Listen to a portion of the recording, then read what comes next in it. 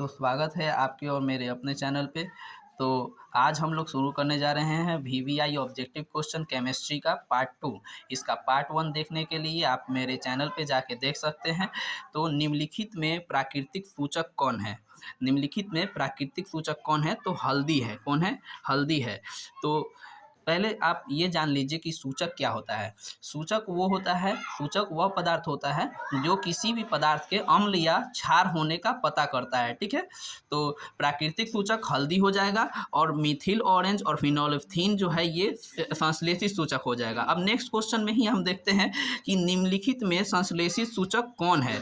तो हल्दी है, लिटमस पत्र है, या लाल पत्ता गोभी है, या मेथिल ऑरेंज है। तो मेथिल ऑरेंज हम ऊपर अभी देखे थे कि मेथिल ऑरेंज क्या है, ये संश्लेषित सूचक है। ठीक है, और इसमें हल्दी, लिटमस पत्र, लाल पत्ता गोभी ये सभी क्या है, ये सभी प्राकृतिक सूचक है। और आपका सही उत्तर हो जाएगा मेथिल ऑरेंज।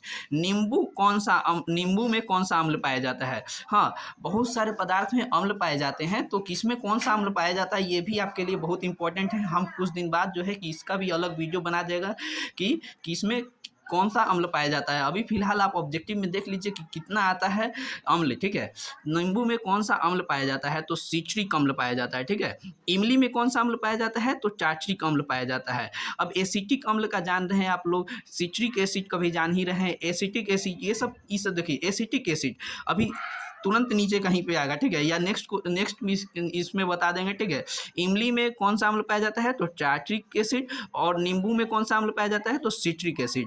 जल में खारापन दूर करने के लिए क्या प्रयोग होता है? तो Na2CO3।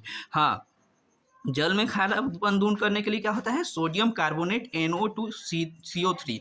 निम्नलिखित में कौन अम्लीय ऑक्साइड है? ठीक है, तो देखिए अम्लीय ऑक्साइड SO2 हो जाएगा। निम्नलिखित में कौन क्षारीय ऑक्साइड है? तो Na2O। तो आप देखिए पहले ये जानिए कि क्षारीय ऑक्साइड क्या होता है, अम्लीय ऑक्साइड क्या कहते हैं।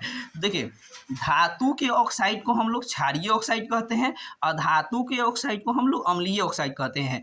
Na यानी सोडियम क्या है? धातु है, इसलिए धातु के ऑक्साइड को हम लोग क्या कहेंगे? क्षारीय ऑक्साइड। तो निम्नलिखित में कौन क्षारीय ऑक्साइड है? तो Na2O। ठीक है, अब धातु के ऑक्साइड को पुकार सकते हैं क्या? अभी हमने बोला था धातु के ऑक्साइड को क्या बोलते हैं? क्षारीय ऑक्साइड।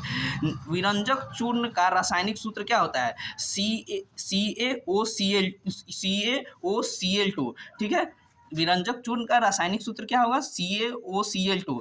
हम पहले भी बताए थे आपको पहले वाले वीडियो में कि ये जो है कि रासायनिक सूत्र बहुत ज़्यादा ज़रूरी होता है, उसको आप लोग बहुत अच्छे से पढ़ के जाइएगा। इसमें से 1 2 3 कम से कम नहीं कुछ तो 2 मार्क्स का पूछ लेगा आप लोग को ऑब्जेक्टिव। ठीक है, ग्लोबल लवण का रासायनिक सूत्र क्या होता है? ठीक है, ग्लोबल लवण का क्या होता है रासायनिक सूत्र? तो Na2SO4 × 10H2O। ठीक है, Na2SO4 × 10H2O। ध्यान रखिएगा, वो आपका जो है यहाँ पे देख लीजिए Na2CO3 में 10H2O जोड़ देते हैं तो वो क्या होता है? वो आपका हो जाता है वो धुआं सोडा। लेकिन Na2CO3 नहीं, SO4 में 10H2O आएगा तो वो ग्लोबल लवण होगा। ठीक है, चलिए कौन सी गैस चूने पानी को दूधिया कर देता है? ठीक है, ये भी क्वेश्चन बार बार पूछा जाता है कि कौन सी गैस चूने पानी को दूधिया कर देता है?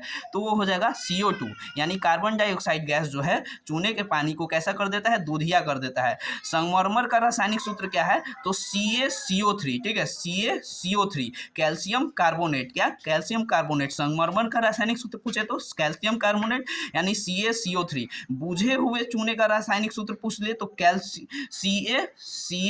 CaOH का होल ट्वाइस। क्या? CaOH का होल ट्वाइस। क्या पढ़िएगा इसको? CaOH का होल ट्वाइस। चूने का रासायनिक सूत्र पूछेगा तो CaOH का होल ट्वाइस। चलिए एक बार फटाफट से ऊपर से फिर से रिवीजन कर लेते हैं। निम्नलिखित में प्राकृतिक सूचक कौन है? तो हल्दी। निम्नलिखित में संश्लेषित सूचक कौन है? तो मेथिल ऑरेंज।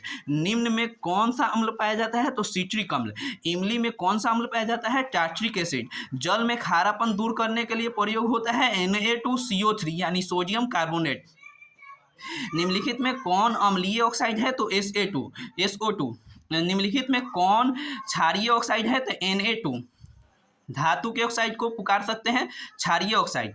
विरंजक चूर्ण का रासायनिक सूत्र क्या होता है? CaOCl2। ग्लोबल लवण का रासायनिक सूत्र क्या होता है? Na2SO4 × 10H2O। कौन सी गैस चूने के पानी को दूधिया करता है? तो वो है CO2। संगमरमर का रासायनिक सूत्र क्या है? तो CaCO3। बुझे हुए चूने का रासायनिक सूत्र क्या है? CaOH का होल ट्वाइस। तो ये इसलिए हम एक बार में बोल दिए हैं कि आप सुन के भी याद कर सकते हैं, इसको 2-4 बार सुनिएगा तो याद हो जाएगा आपको, ठीक है। आप इसको याद कर जाइए क्योंकि ये बहुत ज़रूरी है। तो आपको नेक्स्ट वीडियो में फिर मिलते हैं, और इसका पार्ट 2 है और पार्ट 3 और पार्ट 4 बाकी है अभी, ठीक है। आप लोग ऐसे ही चैनल को प्यार देते रहिए, ठीक है। मिलते हैं आपको नेक्स्ट वीडियो में। धन्यवाद।